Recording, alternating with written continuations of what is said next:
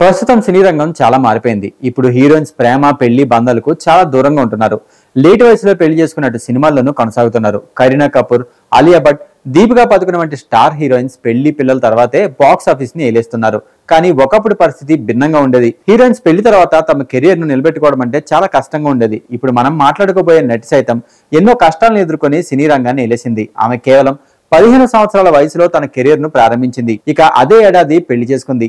17 ఏళ్ల వయసులోనే తల్లి కూడా అయ్యింది. ఆమె మరెవరో కాదు, ఒకప్పటి స్టార్ హీరోయిన్ మౌగమి చటర్జీ.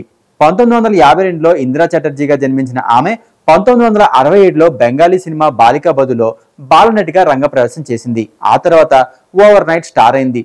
తొలినాళ్లలో విజయం సాధించినప్పటికీ మౌగమి మొదట్లో తన చదువుపై దృష్టి పెట్టాలని కోరుకుంది. తన కుటుంబం కోరిక మేరకు ఆమె ప్రముఖ సంగీత స్వరకర్త, గాయకుడు హేమంత్ కుమార్ కుమారుడు జయంత్ ముఖర్జీని వివాహం చేసుకుంది. క్యాన్సర్ చివరి దశలో ఉన్న తన తండ్రి చివరి కోరిక మేరకు తాను పెళ్లి చేసుకున్నానని, అందుకే చదువు సైతం వదిలివేయాల్సి వచ్చిందని గతంలో ఇంటర్వ్యూలో బయటపెట్టింది మౌగమి. ఆమె రెండో బెంగాలీ చిత్రం పరిణీతలో అనురాగ్ సినిమాతో బాలీవుడ్ లో ఇండస్ట్రీలోకి అడుగుపెట్టింది. చిన్న వయసులోనే తల్లి అయ్యానని, అప్పుడే తన విజయాలకు మెర్సిడియస్ కార్ కొన్నట్లు తెలిపింది.